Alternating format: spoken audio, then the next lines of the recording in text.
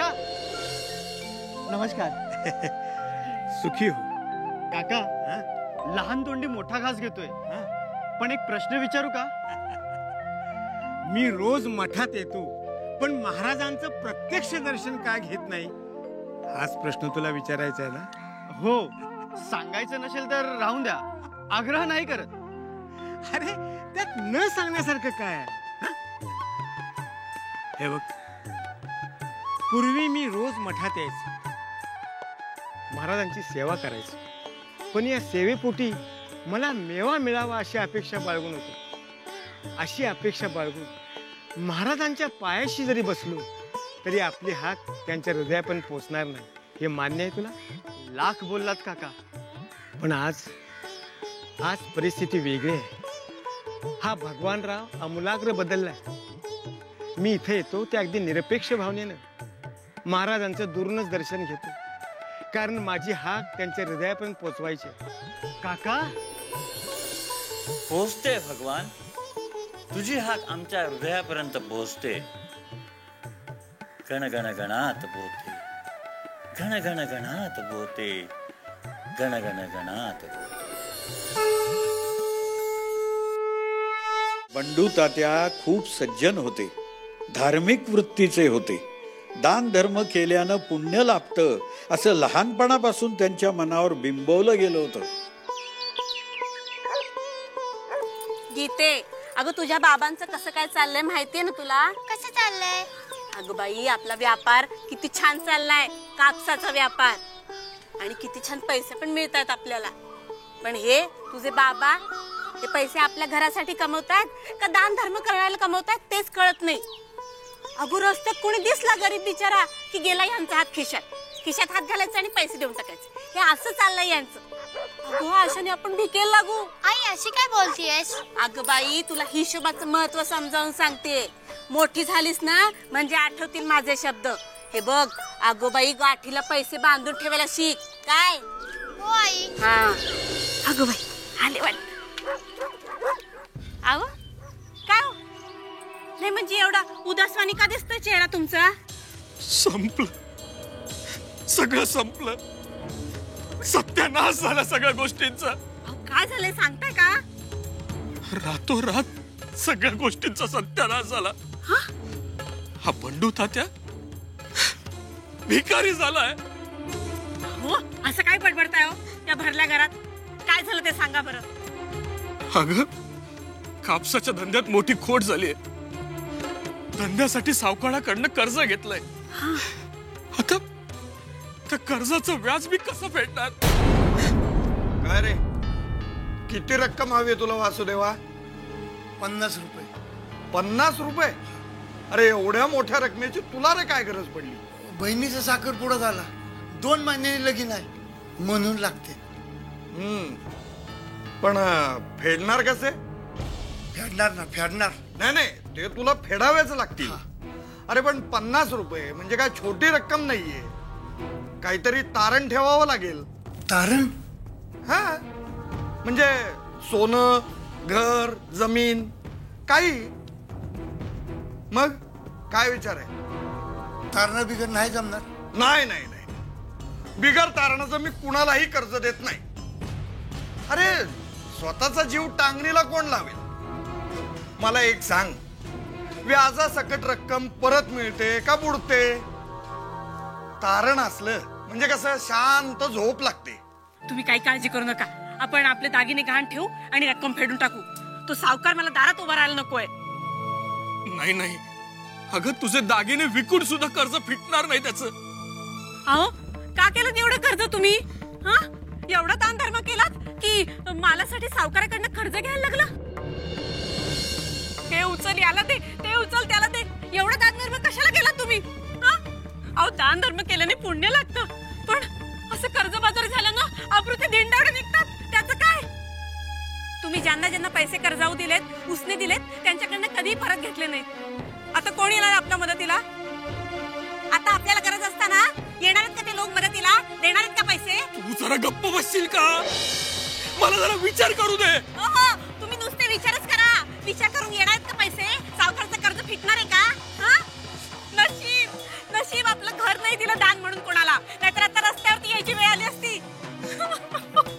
ईश्वरा, काय ऐकतोय? मी जातो तिथून, मी निघून जातो इथनं, मी जातो निघून इथून. काय रे अण्णा, जाऊन आलास का त्या बंडू तात्याच्या घरी? हो जाऊन आलो. त्यांनी भेटले नाहीत. त्यांची मालकीन पण म्हणाली की ते कुठे गेलेत माहित नाही. माहित नाही म्हणाली.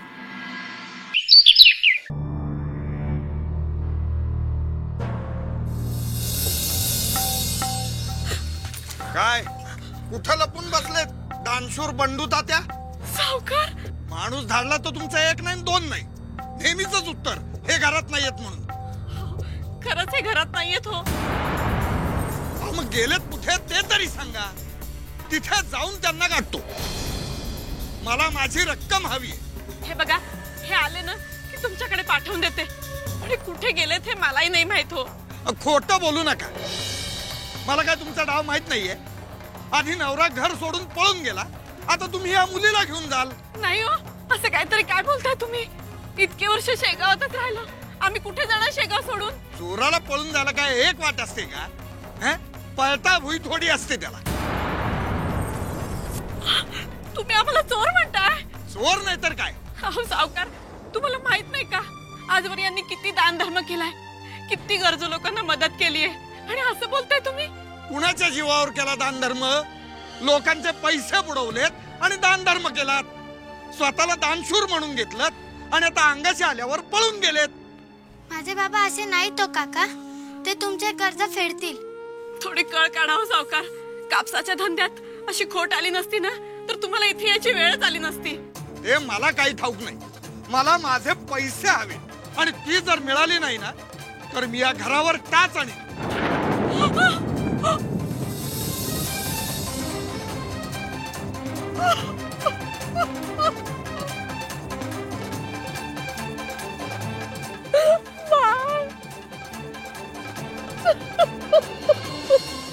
कुठे होता तो तुम्ही? अगं, पैशाचा बंदोबस्त होतोय का ते पाहायला गेलो होतो. मग झाला का काय बंदोबस्त? नाही, नाही. अरे देवा, आजवर मी ज्यांना ज्यांना मदत केली ना त्या प्रत्येकाकडे गेलो होतो, पण एकही माणूस माझी मदत करायला पुढे आला नाही. झालं का तुमचं समाधान? तेव्हाच मी तुम्हाला सांगत होते, पण तुम्ही माझं ऐकलं नाही. असं करू नका म्हणून किती वेळा सांगितलं. तुमच्या या दान धर्मामुळे एक दिवस रस्त्यावर येऊ आपण. आता काय होऊन बसलंय? मगाशी तो सावकार आला होता, घरावर जप्ती आणि म्हणाला. ओ, खरंच घरावर जप्ती आली तर काय करायचो आपण? कुठे जायचो आपण? तुमच्या या दान धर्मामुळेच हे सगळं झालंय.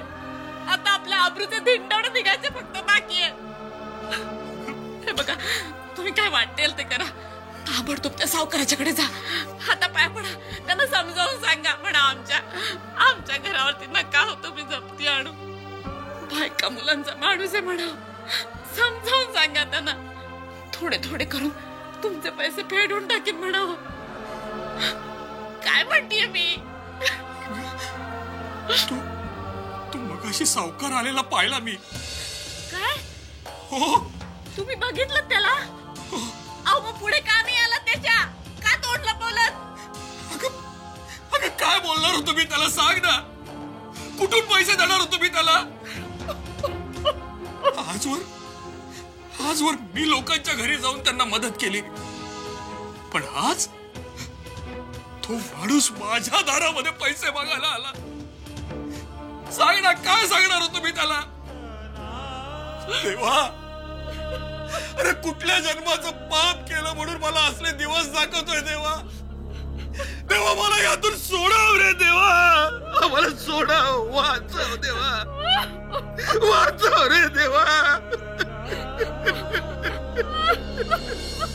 नाही, सावकाराला व्याजाची रक्कम मी जर दिली नाही तर तो माझ्या आबरूचे धिंडवडे गावभर काढीन.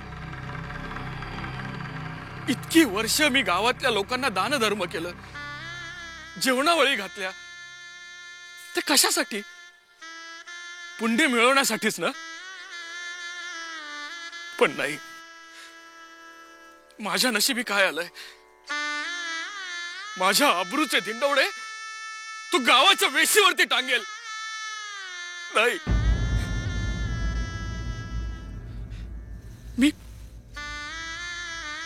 मी कसा जगणार? इतके दिवस गावातले लोक मला दानशूर, बंडू, तात्या म्हणून हाक मारायचे, आणि आता तेच लोक पुढे मला माझ्या तोंडात शेण घालतील. नाही, मी कसा जगू? त्यापेक्षा उद्याचा दिवस उजळायच्या आत मी स्वतःला संपवून टाकणार आहे. मी संपवून टाकणार आहे. बंडू त्याला काय करताय? आत्महत्येचा प्रयत्न केल्याबद्दल तुमच्यावर खटला भरण्यात येत आहे. चला चला चावडीवर.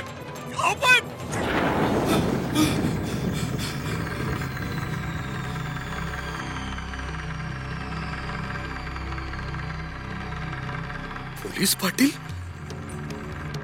नाही, आता जगण्याला अर्थ नाही. सावकारानं मला चोर ठरवलं. मी आणि चोर? देवानं माझ्याकडे पाठ फिरवली. आता मलाही आयुष्याकडे पाठ फिरवावी लागेल.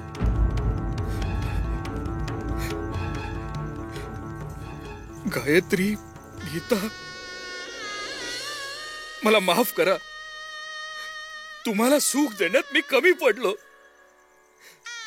मी जातो. गावात आत्महत्या केली तर लोक तुम्हाला आणखी नावं ठेवतील. मी हरिद्वारला जातो. तिथंच मी स्वतःला संपवीन. मी मेलोय की जिवंत आहे याचा कुणालाही पत्ता लागणार नाही. गावाबाहेर पडताना त्या सावकारानं मला पाहिलं तर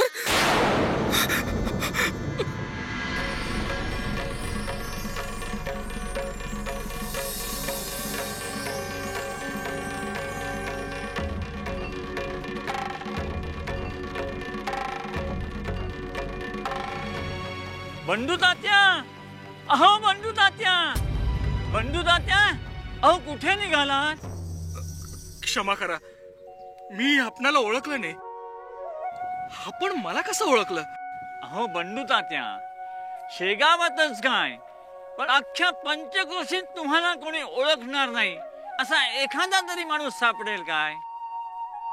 पण हे काय निघालात कुठे? मी काय आणि हे काय अशा अंगाला राख फासून कुठे निघालात? हो, ही राख नाहीये, भस्म आहे. भस्म. भस्म? हो. शी शी शी शी शी, काय अवतार दिसतोय तुमचा. अगदी भस्मसात झाल्यासारखं वाटतंय. अहो बंडू तात्या, अहो या अशा अवतारात निघालेत तरी कुठे सांगाल की नाही?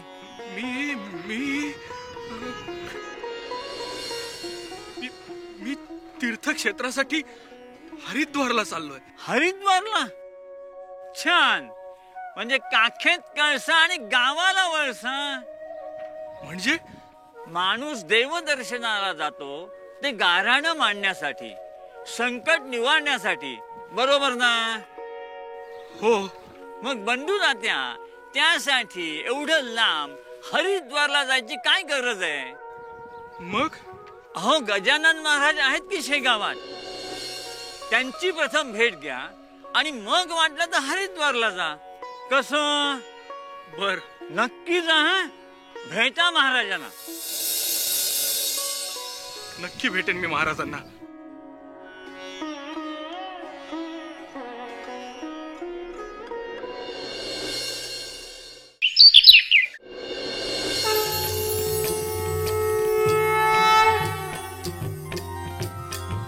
महाराज. जय बंडू. महाराज, आपण मला ओळखता? हरिद्वारला निघाला होतास ना, आज चुकून इकडे कसा आलास? महाराज, अरे असं मरणाच्या मागे धावायचं नसतं. तेच आपणहून धावत येतं आणि आपल्याला कधीतरी गाठतं.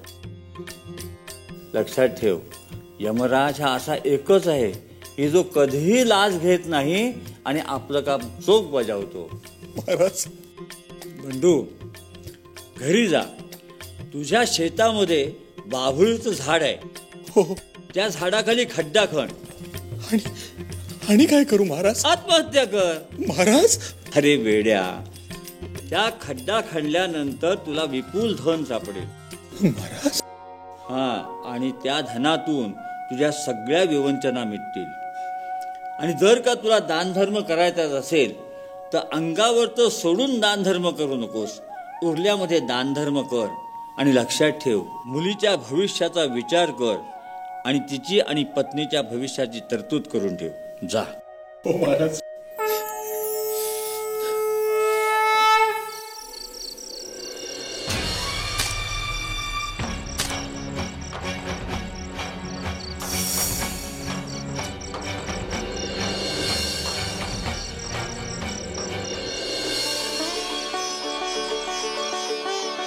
माऊली,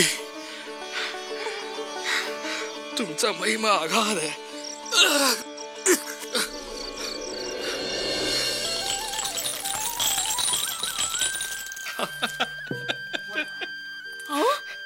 काय हे सुवर्ण मुद्रा? हो. सावकाराचं कर्ज फेडण्यासाठी तुम्ही चोरी केलीत की काय? नाही गायत्री, हा गजानन महाराजांचा कृपा प्रसाद आहे. त्यांनीच मला या मुद्रा मिळवून दिल्या. खरंच? हो. हे बघा, आपण आधी त्या सावकाराचं कर्ज फेडून टाकू. हो.